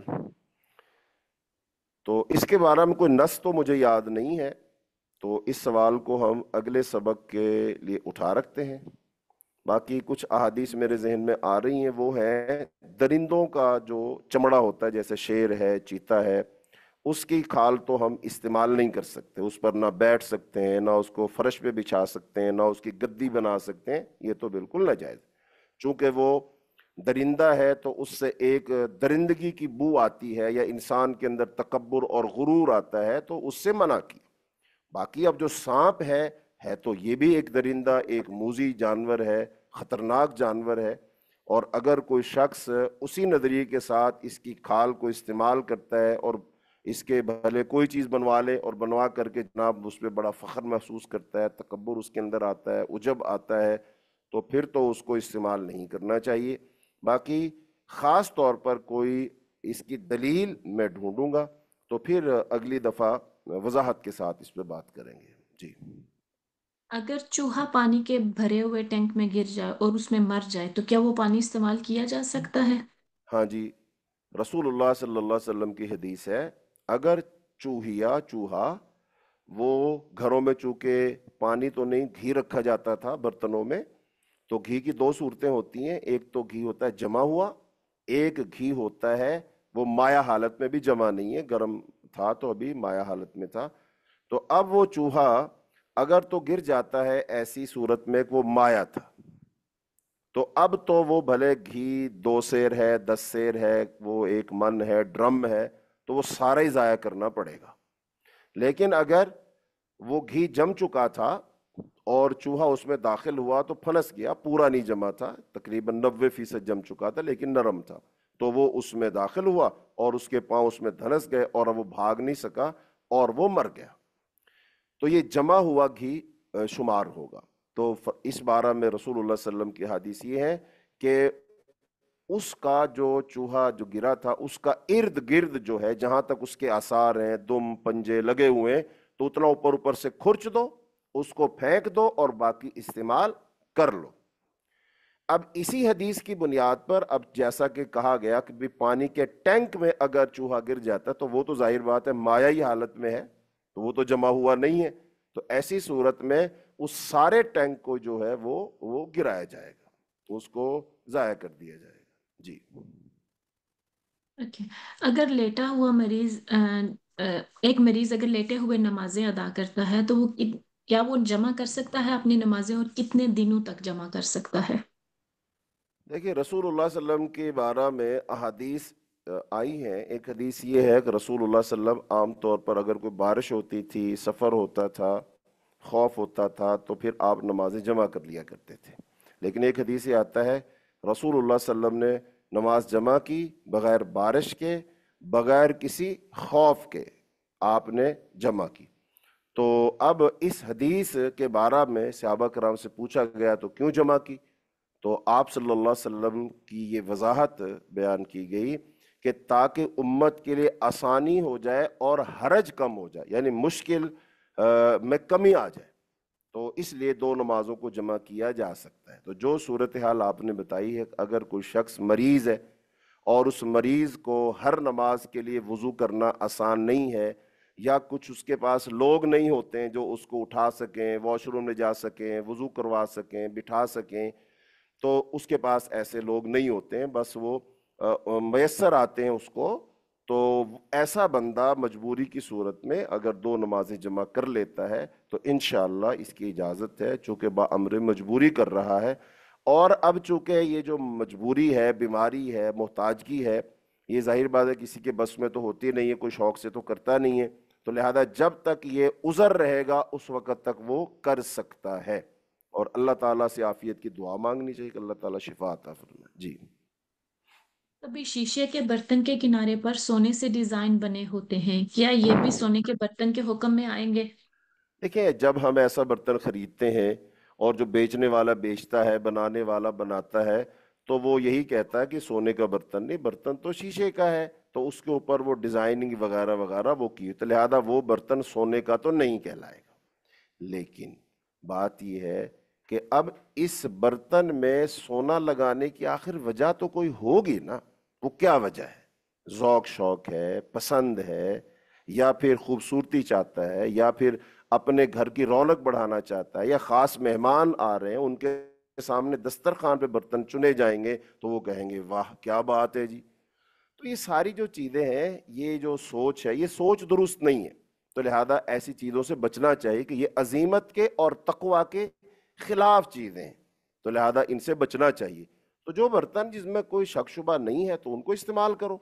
رسول اللہ صلی اللہ علیہ وسلم کی حیات طیبہ ہمارے لیے نمونہ ہے، تو آپ صلی اللہ علیہ وسلم نے کبھی ایسا نہیں کیا. حالانکہ صحابہ کرام میں سے بعض صحابہ کرام اتنے امیر تھے، بہت امیر تھے. حضرت عثمان رضی اللہ تعالیٰ عنہ رسول اللہ صلی اللہ علیہ وسلم کو ہزاروں درہم و دینار وہ چندہ دیا کرتے تھے، 800 گھوڑے وہ ساد و سامان سمیت وہ جنگ میں دے دیا کرتے تھے، اونٹ اللہ کی راہ میں سامان سے لدے ہوئے وہ خرچ کر دیا کرتے تھے. لیکن کبھی انہوں نے نہ سونے کے برتن استعمال کیے، نہ سونے کا جس برتن پہ ڈیزائن بنایا گیا ہو نہ وہ استعمال کیے. تو جب وہ اتنے عظیم اور اللہ کے پیارے لوگ استعمال نہیں کرتے تھے تو ہمیں بھی ان چیزوں سے بچنا چاہیے. زیادہ بہتر یہی ہے.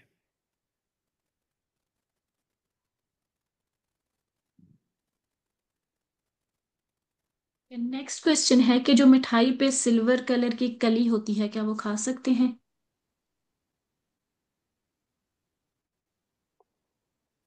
مٹھائی پر سلور کلر کی کلی اگر وہ کھانے والی جیسے چیز ہے تو کھا سکتے ہیں،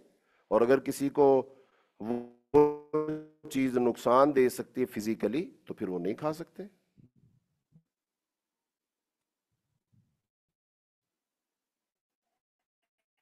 اچھا جی، آخری سوال لیتے ہیں چونکہ 3 بجے آخر آپ کر لیں پھر کلاس کا اختتام کرتے ہیں.